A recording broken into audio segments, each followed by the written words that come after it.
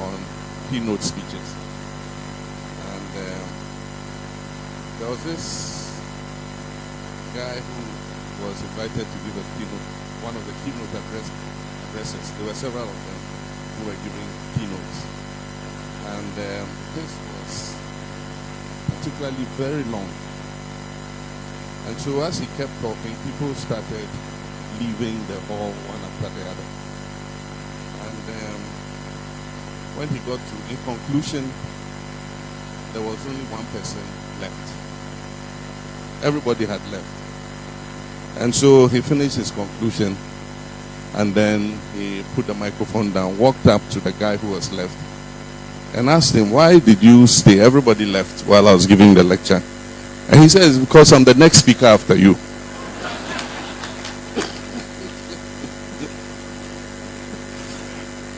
And so the only reason he didn't leave was he was supposed to speak after him. Everybody else had gone. And so I'll make this mercifully short so that you all don't abandon me in this hall. Ladies and gentlemen,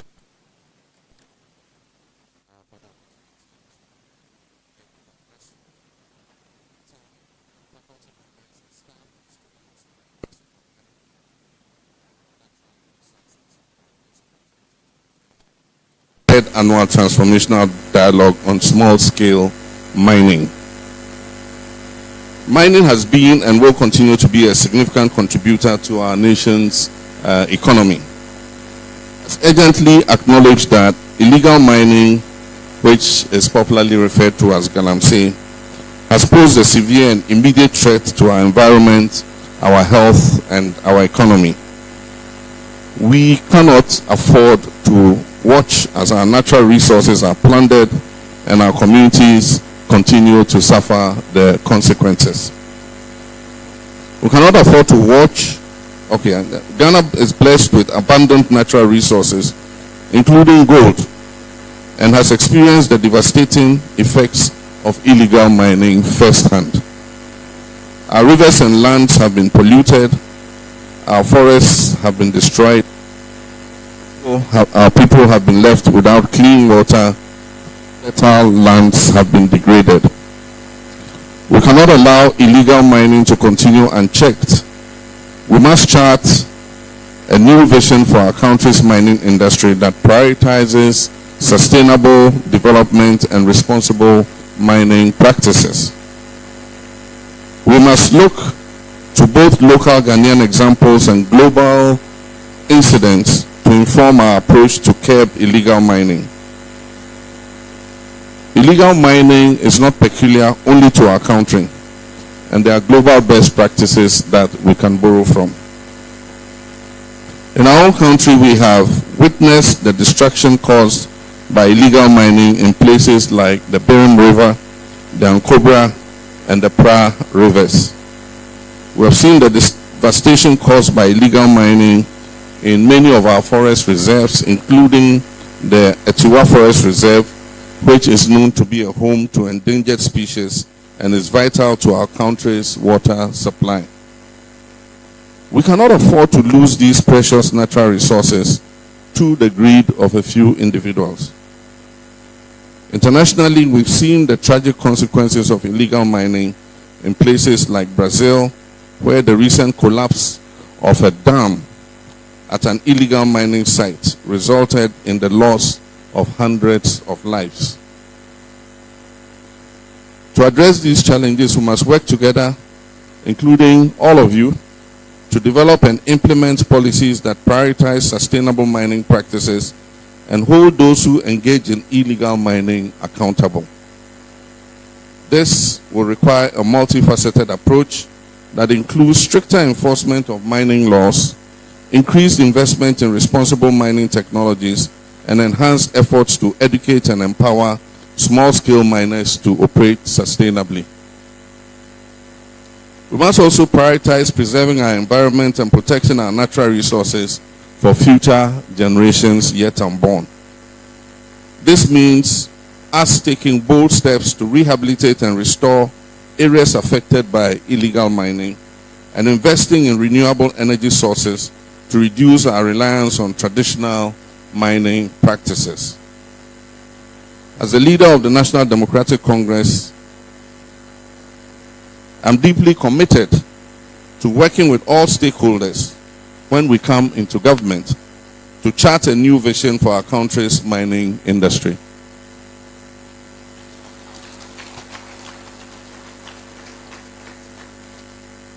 We must ensure that Ghana's natural resources are managed to benefit all our people and not just a few. Ladies and gentlemen, Mr. Council Chairman, the small-scale mining sector plays a significant role in our economy and provides livelihoods for millions of our people and is contributing to the development of our nation. It has been both a bedrock of livelihood for many and a source of considerable environmental and safety concerns, as well as concern about illegal mining activities. Today, the sector stands at the crossroads, and the decisions we make or fail to make, and the actions we take or fail to take will determine its role in our nation's future. As a nation, we cannot fail to recognize the significant contribution of small-scale mining to our economy. And as I said, it's estimated to provide employment to over 1 million Ghanaians and serves as a crucial source of income in many of our rural areas. However, the environmental impact of unregulated mining activities has been profound, negatively affecting our water bodies, our lands, and our forests. I'm dedicated to supporting the transformation of small-scale mining, and my vision in this regard is very clear. The NDC, which I lead, will aim to reform small-scale mining into a better regulated, environmentally responsible, and economically viable sector. You'll all agree with me, ladies and gentlemen, that we can develop the sector into one that contributes to our economy in a sustainable manner while respecting our environmental heritage. Over the past 7 years, small-scale miners in this country have endured enough government mishandling of the sector, such as equipment confiscation, burning of excavators, and in some cases, the loss of lives of innocent Ghanaians. Ladies and gentlemen, let me share with you a few of what I intend to do in this sector. That is some key policy proposals and initiatives we will implement to help us achieve what should be a sustainable, responsible, and prosperous small-scale mining sector. Firstly, we propose the establishment of district mining offices in all mining districts of the country.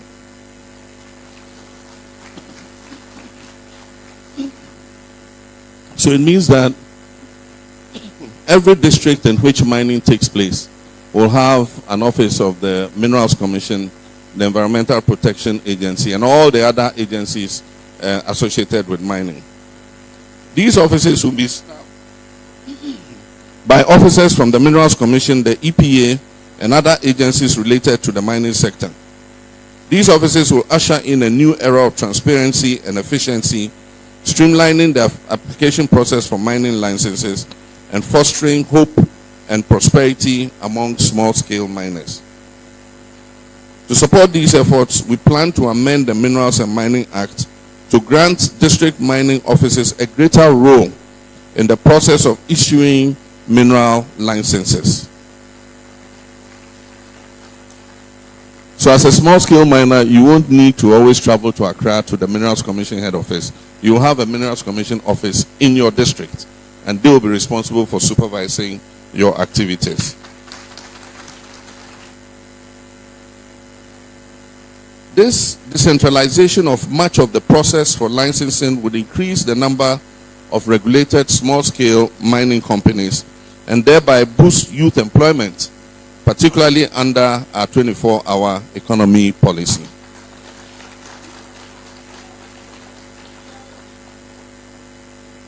As part of our broader economic transformation model and a burning commitment for creating more sustainable and decent jobs for the Ghanaian youth, my administration intends to ensure the active involvement of mining engineers and related specialist graduates from the University of Mines and Technology and the University of Energy and Natural Resources, Sunyani, in the small-scale mining sector.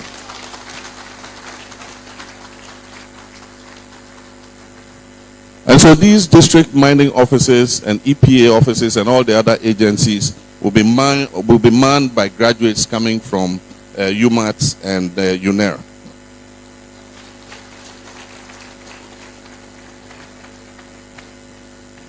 These graduates will be attached to the newly created district mining offices, and they will also be attached to small-scale mining companies. And so if you have a small-scale mining lease, you will have a graduate from one of these universities supervising your mining and making sure that you're doing the right thing on your mine.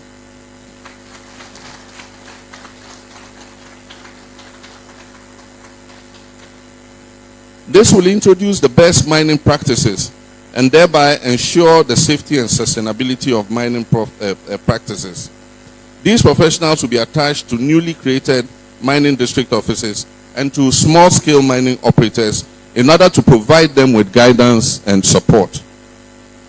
We will establish a centralized buying mechanism for purchasing gold from small and medium-scale mining companies at competitive prices. This raw gold will be refined in order to add value to it before we export. We will collaborate with the private sector to secure the necessary international certification for our refined gold for export. We know that one of the impacts of illegal mining has been the destruction of our forests and our cocoa farms. We will prevent the destruction of cocoa farms from mining activity and effectively ban the issuance of entry permits into forests for mining purposes.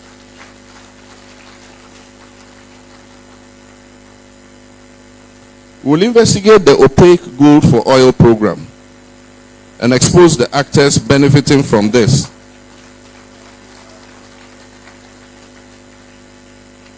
We will investigate the opaque gold for oil program and expose the actors benefiting from this so-called barter agreement.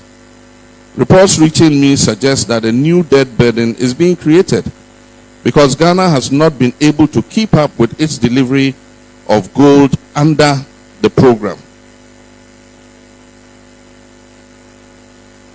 A portion of revenue from gold proceeds will be used to improve infrastructure and social services in mining communities. So wherever there's mining, we'll reinvest some of the revenue in improving infrastructure in those districts and in those communities. Recognizing the invaluable role of traditional leaders in our society, and as a testament to our commitment to inclusivity and respect for all stakeholders, my government intends to have traditional leaders included in the crucial process of granting mining licenses in their communities.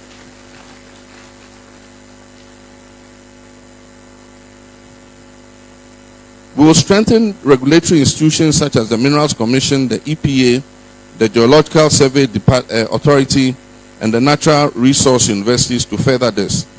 This will involve laws, policies, regulatory enforcement, and education. Miners will be made aware of the regulations and the reason for the regulations. They must be partners in this transformative process and not enemies. The aggressive approach adopted in recent times has proved unsustainable. That is using galamstop and military people to police galamsey. This has only helped worsen the fight against galamsey and led to a situation where some political actors and their task force teams have profited from the arrangement. It is also my vision to reform the mining sector structurally. Ghana's small-scale mining sector is perhaps the only economic sector with only two categories. And the two categories are small-scale mining and large-scale mining. Some mines within what is currently classified as a small-scale category have grown beyond small. But at the same time, they are not large enough to qualify as large-scale. And so we'll structurally reform the entire mining sector through a comprehensive recategorization into small-scale mining, medium-scale mining, and large-scale mining. So there will be 3 categories of mining activity, and each will have specifically tailored operational, environmental, and safety requirements that they have to follow. Through these deliberate efforts, sector regulation will be much easier and more effective, and support systems for miners, including access to legal mining sites, fair markets for selling their gold, and financial services would be enhanced. By providing a framework that supports legal mining practices, we hope to encourage compliance and deter illegal activities.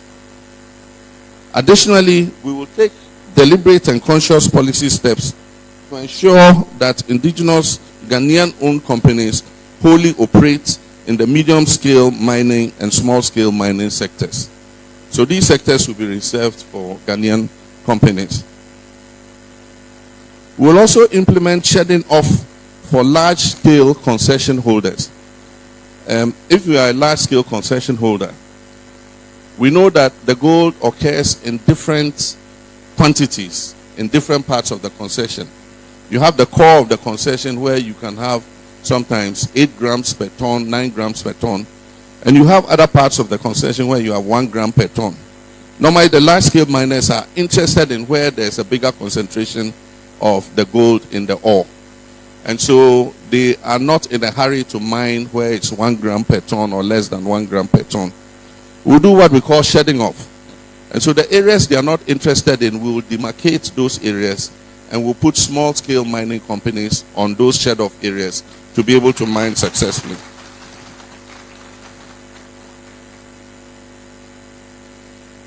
And we'll let them mine under the supervision of the large-scale concession holder and the Minerals Commission, the EPA, and all the other regulatory bodies. Additionally, we will introduce and encourage technological innovation to improve capacity for coordinated monitoring of the small-scale and medium-scale mining sectors in order to reduce the environmental impact. This will include using AI to locate all small-scale mining and galamsey operations, to be able to track excavators and geofence all concessions to ensure mining operations are not conducted in unapproved areas, especially in water bodies. When we talk about geofencing, there's a technology that allows you to establish what we call virtual boundaries around a concession. And so you can, in real time, see what is happening in the concession. If an excavator enters, you know an excavator has entered. If an excavator leaves, you know an excavator has left. And everything that is being done in the concession, you can monitor it from the Minerals Commission office in real time.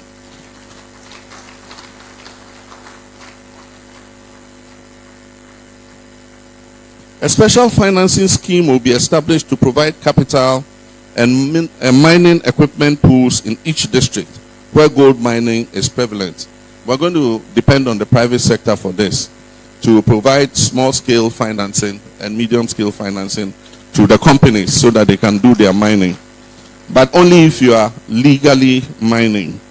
And then we'll also create pools where they have excavators, they have bulldozers, they have all the equipment you need for mining. And so you can go and lease the equipment to work on your mine, and when you finish, you return the equipment back to the pool. This will facilitate easy and affordable access to relevant mining equipment. And let me emphasize, these services will be available for only companies that are engaged in lawful and regulated mining. To support all these brilliant initiatives and ensure that we're implementing them as best as possible, I've announced the launch of a Ghana Mining Excellence Center, which will be run initially for 5 years and will be coordinated by UNER and UMAT. The two universities will coordinate it. So there'll be a center here in UNER, there'll be a center in UMAT. And these centers will undertake research into mining activities for sustainable development.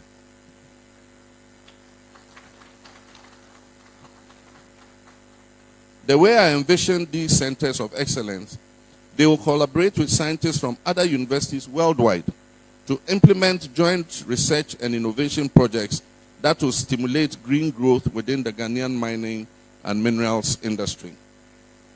This is informed by the thinking that research and evidence-based policies practice should be at the center of our mining vision.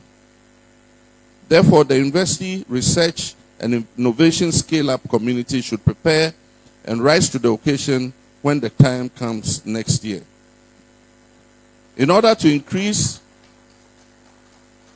the capacity of UNER and UMAT to produce first-class graduates for the mining industry, we will undertake a major upgrade of infrastructure in the two universities.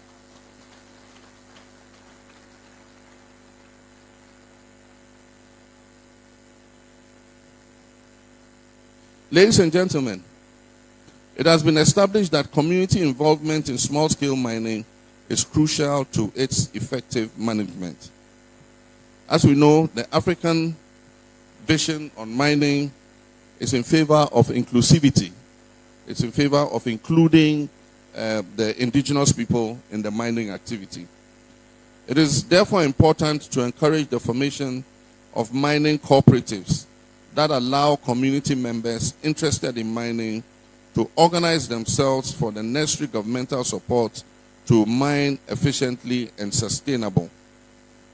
The proposed small-scale mining cooperatives we are talking about will differ in all forms from the existing community mining scheme, which has undeniably become a conduit for enriching party chairmen, DCEs, and other politically connected individuals.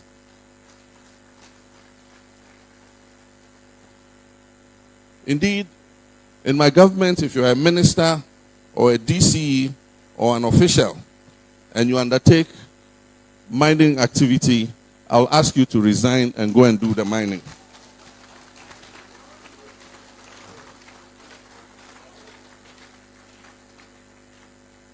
You either choose to be a public official or choose to be a business person running a mine. At the same time, we cannot overlook the years of Galamsey activities that have left our country with legacy scars. We propose some initiatives to restore degraded lands, rehabilitate impacted forests, and clean our polluted water bodies. These initiatives will restore the environment and create thousands of jobs in the affected mining communities. We will establish a reclamation fund into which all legal mining operators will contribute. So there'll be a fund, a reclamation fund. If you own a mining concession, you will pay some money monthly into the reclamation fund. When you finish mining, if you use your own equipment, you level the ground, you reclaim the land nicely, we'll give you back your money. You take your money away. But if you don't reclaim the land, we will use that money to employ people in the community to reclaim the land, level it, and make it available for agriculture. So this fund will be utilized to reclaim all degraded lands after mining has been exhausted. This will provide jobs in water cleaning, land leveling, tree growing for many of the youth currently involved in illegal mining. So a lot of the young people who are currently involved in illegal mining, we will transition them into rather reclaiming land and growing trees on the degraded lands. We will establish a national joint action team on mining and forestry, a collaboration between the Forestry Commission, the private sector, and the small-scale mining operators to rehabilitate impacted forest reserves. This initiative will create thousands of jobs in the affected mining communities. A Galamsey rehabilitation initiative will work to convert impacted lands into lands for commercial crop production, such as palm oil. We'll grow oil palm on the lands that we have reclaimed. We can grow cocoa on some of those lands. In the northern sector of the country, we can grow shea nut trees, and we can also grow rubber on some of these degraded lands.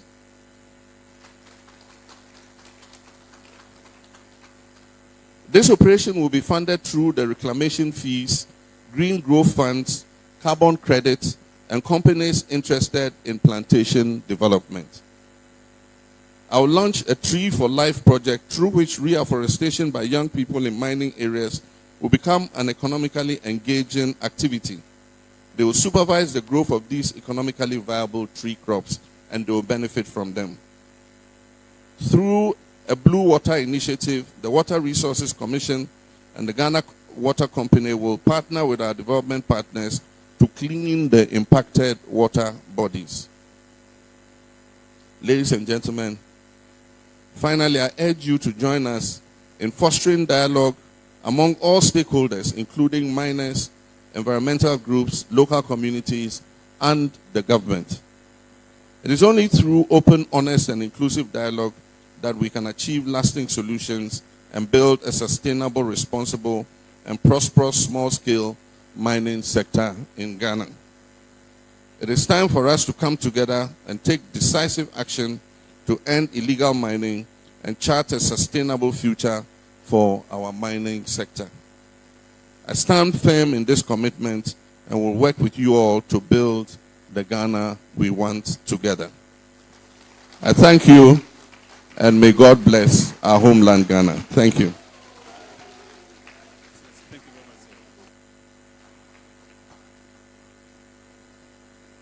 A round of applause one more time for His Excellency, the former president and presidential candidate of the NDC, Mr. John Dramani Mahama.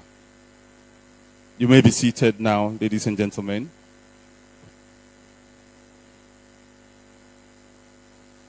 Shall we be seated, ladies and gentlemen? As I was listening to the former president, who is also the presidential candidate